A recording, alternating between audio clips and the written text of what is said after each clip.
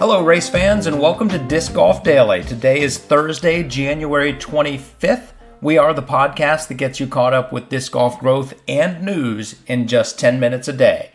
Smash that volume button, let a friend know you're listening, and let's get to it. Our stat of the day is going to be Circle 1 in regulation on the women's side. So start thinking about who you think did the best in that stat in 2023. Part 1, Grow Baby Grow. We had 72 new members join the PDGA yesterday.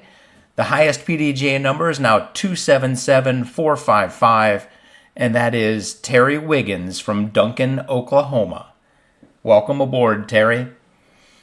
And we had 527 members renew their PDGA memberships, bringing up the total current number of PDGA members to 65,942.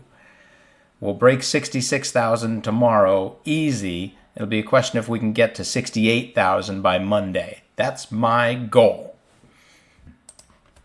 Now back to our stat of the day, Circle 1 in regulation on the women's side. Circle 1 in regulation is getting to the green, specifically Circle 1, in 2 strokes less than par. So on a par 3, you would need to get to Circle 1 in 1 throw. On a par 4, you would need to get to Circle 1 in 2 throws. The best women at doing that in 2023, Evelina Salonen, Kristen Tatar, and Jen Allen at 42, 41, and 40% respectively. So that means 42% of the time that Evelina Salonen is on the tee of a par 3, she's getting it within 10 meters. Pretty impressive.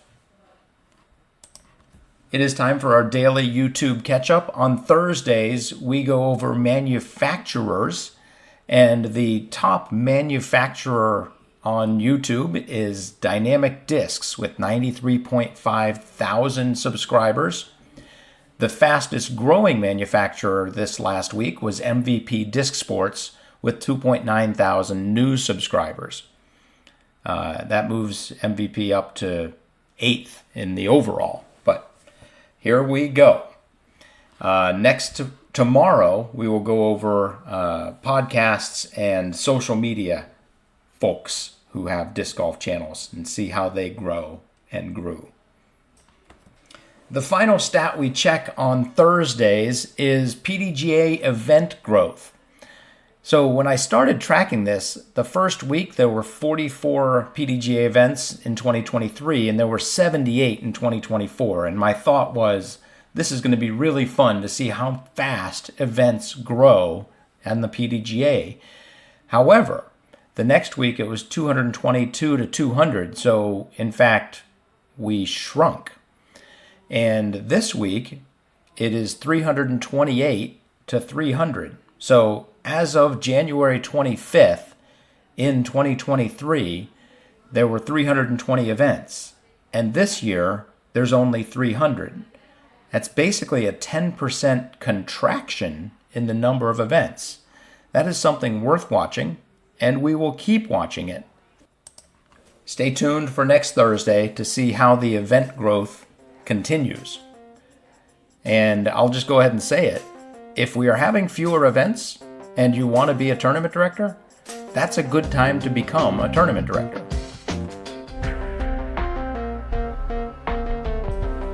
And we are moving on to part 2, news of the day.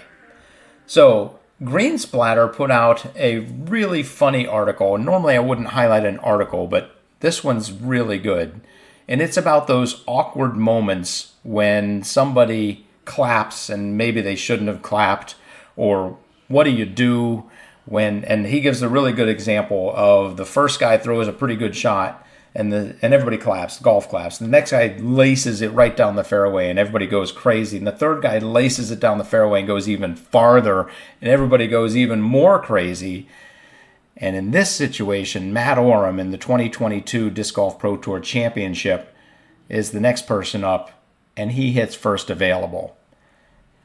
And there's crickets. And then you get a couple of little claps. And then one dude randomly yells, "Roll Tide." Classic. I just had to share that story. Link in the show notes if you want to watch the video and read the full article. Well done, Green Splatter. That made my day. Infinite Discs came out with their top 50 mid-range discs. The Buzz, Hex, and Pig are the top 3 selling discs. But I thought it'd be more fun to take that chart and break it down into which companies are selling the most. And I just included the discs that sold 2% or more. Once you get down to less than that, they don't add up as quickly. So the top selling discs of the top companies, Innova sold 20%, just over 20% of the mid-ranges. Discraft sold 18%. MVP Axiom sold 12%. Infinite sold 6%, and ThoughtSpace Athletics sold 3%. So the top 3, Innova, Discraft, and MVP. Link in the show notes. It's a pretty fun chart to look at. I love that Infinite shares this information. The next article I want to point out is about pitch and putts, and it's put out by UDiscs on their Release Point blog. And this was a really interesting article to me. The article argues that disc golf needs easy and beginner-friendly courses, known as pitch and putts. I think this is very true, and throwing up a 9-hole pitch and putt course is going to get a lot of people introduced to the sport. They mentioned the example of Toronto, which has a thriving disc golf scene and a lot of easy courses that attract new and casual players. They also interview a bunch of disc golf enthusiasts and professionals who share their views on this subject. It's a quick read and I think a worthwhile read and a topic that we should all embrace. Thank you, Release Point, for putting that out there. Next up, somebody on Reddit posted, what pro made you become a fan of them in 2023? And are you excited to follow them in 2024? And the top vote getter appears to be James Proctor. He comports himself very well out there, and I can see that easily happening. Matty O is another big one. Parker Welk. It's a really fun list of touring pros who are sort of on the rise. Eliezer Midling is mentioned, and that is dittoed and appreciated as well. So, link in the show notes. Go comment who your favorite new player to follow is on that Reddit post.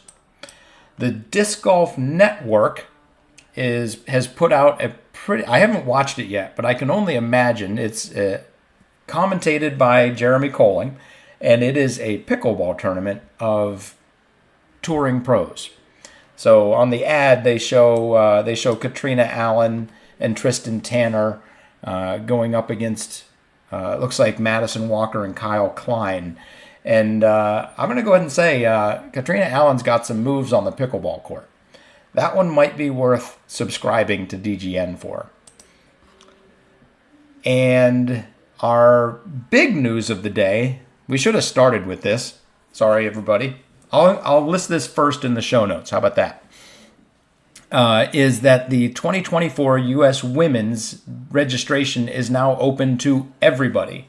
So if you want to play in the biggest women's event of the year, registration is now open to everyone, March 21st to 24th in Round Rock, Texas.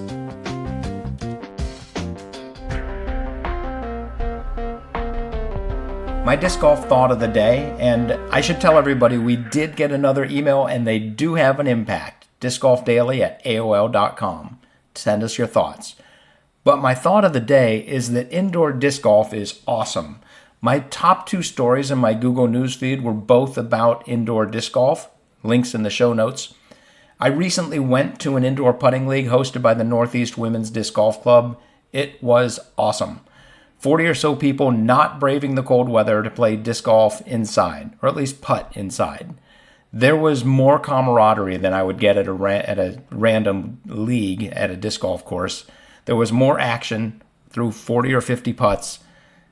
It was arguably more fun because everybody, it doesn't matter whether you make it or you miss it, you're having a good time at an indoor putting league in the winter. It was decent practice, and you got to see more people over the winter, which Doesn't always happen. So that's it for today. Have a great day. Hit the thin gap, throw them straight, and we'll see you tomorrow.